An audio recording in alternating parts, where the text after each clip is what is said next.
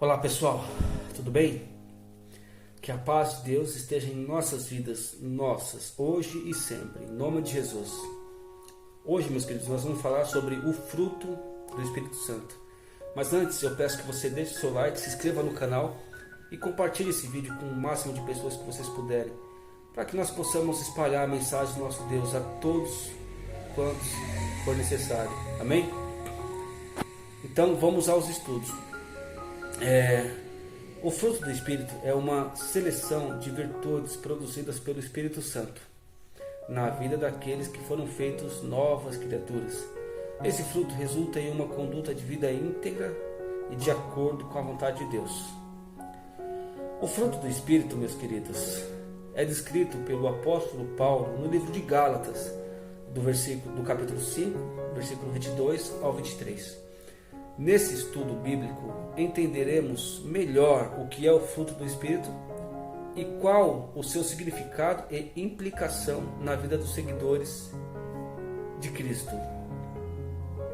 Bom, antes de falarmos sobre o fruto do Espírito, precisamos saber que nos versículos anteriores, do versículo 19 ao 21, o apóstolo Paulo também falou sobre os perigos da obra da carne. Essas obras é uma seleção de práticas pecaminosas decorrente da natureza decaída do homem. O fruto do Espírito é mencionado dentro de um capítulo onde Paulo faz uma exposição acerca da liberdade que há em Cristo. Ele fornece uma contraposição com as restrições impostas pelo legalismo que estava sendo pregado na comunidade cristã da Galácia. Antes disso, o apóstolo enfatizou que o jugo da lei não é capaz de fazer com que alguém viva de acordo com a vontade de Deus, mas que somente através do Espírito Santo o homem é capacitado a viver uma vida que agrada ao Senhor. É o que eu também penso. O pano de fundo desses ensinos, desse capítulo, é a intensa luta entre a carne e o espírito. O espírito, de fato, abomina os desejos da carne, e a carne, por sua vez, rejeita as coisas que o espírito nos conduz. Assim, o fruto do espírito é o bem que nos faz vencer o mal, e é o resultado natural de uma nova vida, uma vida regenerada, uma vida que reflete o novo nascimento, a vida no Espírito. Também é importante não confundir o fruto do Espírito com os dons especiais que o Espírito Santo concede a algumas pessoas e que devem ser utilizados na igreja de Cristo, né? Não pode ser utilizado em benefício próprio, para ganhar dinheiro, para nada, mas benefício coletivo para a igreja. Já o fruto do Espírito é um conjunto de capacitações que todos os redimidos recebem.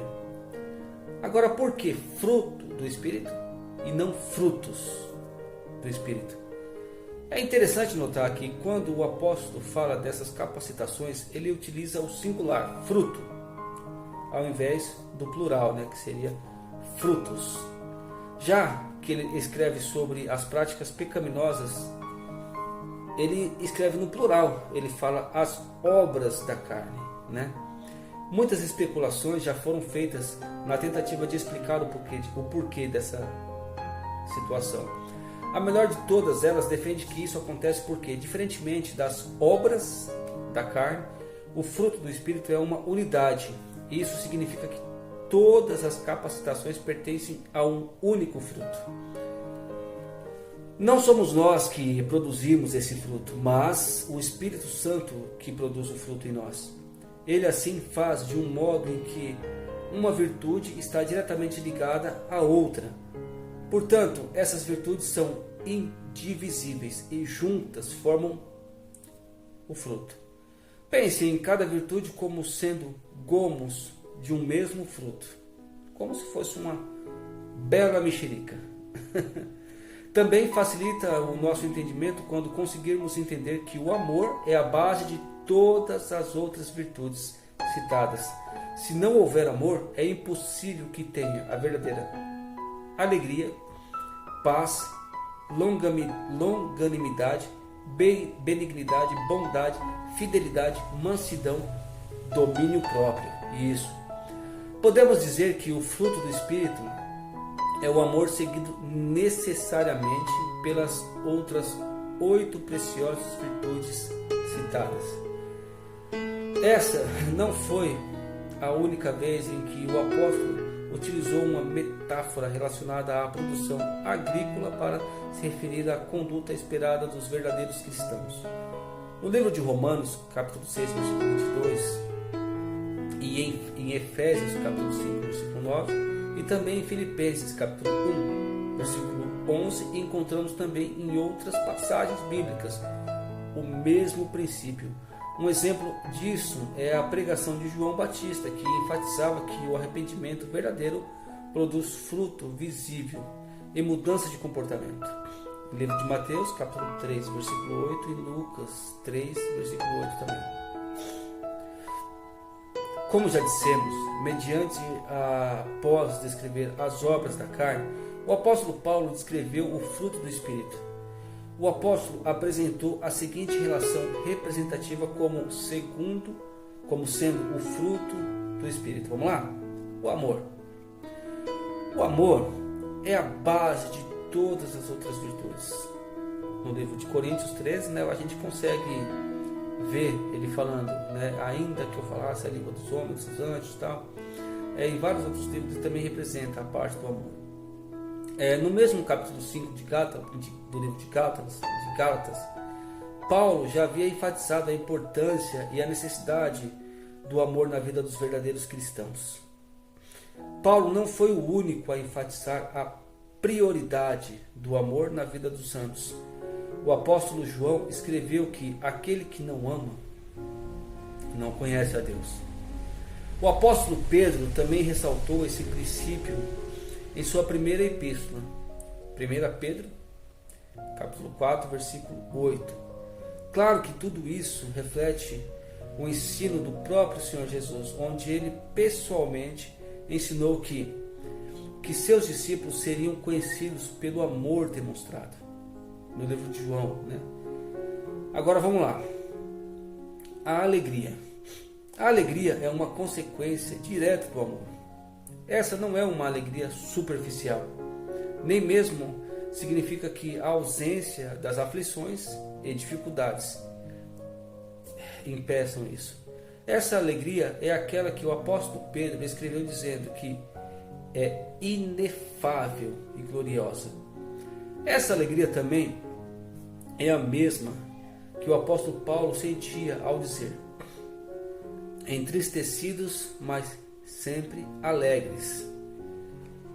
A alegria produzida pelo Espírito Santo em nós faz com que nós alegremos mesmo diante da dor, pois somos capazes de compreender que todas as coisas cooperam para o bem daqueles que amam a Deus. Não é mesmo? A paz. No livro de Salmos aprendemos que aquele que ama a lei de Deus possui grande paz. Resultante do amor, essa paz é a marca de um coração sereno. Ela é uma tranquilidade experimentada verdadeiramente apenas por aqueles que são justificados mediante a fé. Quando alcançamos essa paz, inevitavelmente desejamos compartilhá-la para que outros também tenham. Pela cruz de Cristo é que hoje temos a genuína paz. Longanimidade. Longanimidade é a paciência característica de quem foi regenerado através que nos preserva das típicas explosões de ira tão comuns na obra da carne. A paciência, como fruto do Espírito Santo, é fundamentada na confiança que Deus cumprirá suas promessas. Essa certeza não nos deixa cair em desespero. Não é mesmo? Agora, a benignidade. Sabemos que nosso Deus manifesta a benignidade. No ministério do Senhor Jesus, narrado nos Evangelhos, podemos claramente perceber a tamanha benignidade demonstrada por Ele para com os pecadores. Sempre teve com os pecadores. Diretamente resultante do amor, somos aconselhados a demonstrar a benignidade. Isso significa que não devemos causar dor em ninguém. Devemos ser corretos, bons, benignos, como nosso Senhor. A bondade pode ser traduzida como generosidade presente no coração e expressa nas ações daqueles que são guiados pelo Espírito.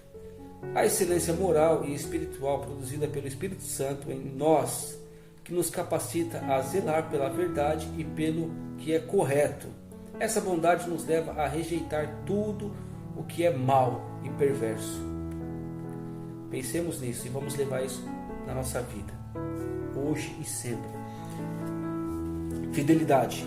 A fidelidade em algumas traduções, aparece traduzida como fé.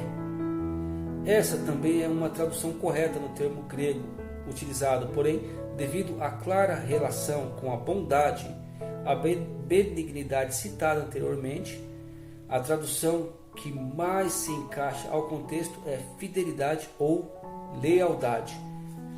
Analisando as próprias epístolas aos Gálatas, podemos perceber que falava lealdade a muitos membros daquela comunidade cristã, não só para com Paulo, mas para com o próprio Evangelho. Assim, fidelidade como fruto do Espírito não apenas se resume à lealdade para com os homens, mas principalmente para com Deus e a sua vontade. Amém? Mansidão. A mansidão é o oposto da agressividade, da raiva, da violência. Sermos gentis uns para com os outros revela o fruto do Espírito Santo em nós. E nos faz ser imitador do nosso Senhor. Não é mesmo? E o domínio próprio. Esse é fera. O fruto do Espírito pode ser visto na relação que alguém tem consigo mesmo, o domínio próprio. E também pode ser traduzido como temperança. No sentido original, o termo grego descreve a capacidade de uma pessoa conter-se a si mesma, exercendo o domínio próprio, submetendo-nos todas as nossas vontades à obediência a Cristo, assim como Cristo obedeceu ao Pai, né? Em toda a sua vida. A importância do fruto do Espírito é evidente, o contraste entre as obras da carne e o fruto do Espírito diante da depravação da natureza humana. Sabemos que seria impossível ao homem exercer tais virtudes. É por isso que o Espírito Santo é quem nos capacita a exercê-las. Portanto, demonstrar o fruto do Espírito em nossas vidas não é uma questão de autojustiça ou mérito próprio, mas de submissão à direção e domínio do Espírito Santo. Todos nós devemos ser submissos ao Espírito. Em sua exposição sobre o fruto do Espírito, Paulo continua dizendo que contra tais coisas não existe lei, né? Com isso, ele quer dizer que não há qualquer restrição a esse modo de vida santo, caracterizado pelo fruto do Espírito Santo. Além disso, é vivendo assim que desfrutamos da verdadeira liberdade em Cristo. Paulo também deixou claro que a única maneira de vivermos o fruto do Espírito em nossas vidas, através da nossa união com Cristo, essa união reflete nossa completa dependência dele. Nós não somos capazes de exibir por nossa própria força essas virtudes que fundamentam o caráter de Cristo, o caráter cristão. Assim, o apóstolo nos ensina que os que são de Cristo, Jesus, crucificam a carne com as suas paixões e concupiscências. Jesus levou consigo na cruz a nossa natureza carnal. Portanto, a nossa carne e os desejos provenientes dela que nos escravizaram foram crucificados com Cristo. O golpe fatal já foi dado. Deus já providenciou tudo o que precisamos para vivermos uma novidade de vida, de uma forma que o agrada. Né? O fruto do Espírito na vida cristã, no entanto, cabe a nós vivermos na prática o que somos em princípio. Se a nossa carne foi crucificada com Cristo, então agora vivemos no Espírito. E se o Espírito é a fonte de nossas vidas, se é Ele em que nos capacita a vivermos em retidão, então devemos entregar completamente os nossos passos a Ele. Por isso o apóstolo escreve: se vivermos pelo Espírito, andaremos pelo Espírito. Se somos verdadeiramente seguidores de Cristo, necessariamente devemos viver de uma maneira compatível à nossa fé. Bem legal, né? A fé cristã deve ser completamente dependente do poder do Espírito Santo. O Espírito Santo nos concede de mortificar as paixões e desejos carnais, revelando em nossa conduta os efeitos da cruz de Cristo. Como servos do Senhor, a primeira coisa que deve ser notado em nosso modo de viver é o fruto do Espírito Santo.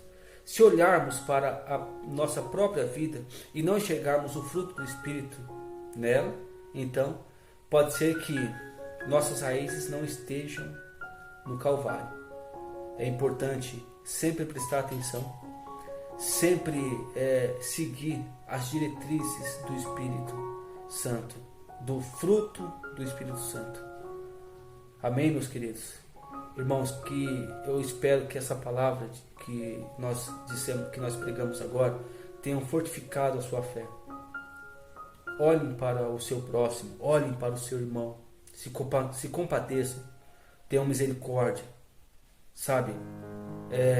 Abracem, ajudem, agasalhem, deem comida, se coloquem no lugar daquela pessoa, né? Fazendo isso, estaremos demonstrando que realmente vivemos em Cristo. Amém? Irmãos, espero de coração que vocês tenham gostado e compartilhem com todos quantos vocês puderem. Vamos espalhar a palavra de Deus. Em nome de Jesus. Fiquem todos com Deus na paz de Cristo. Um abraço, meus queridos, e até o próximo vídeo, se assim nosso Deus permitir. Tchau, tchau.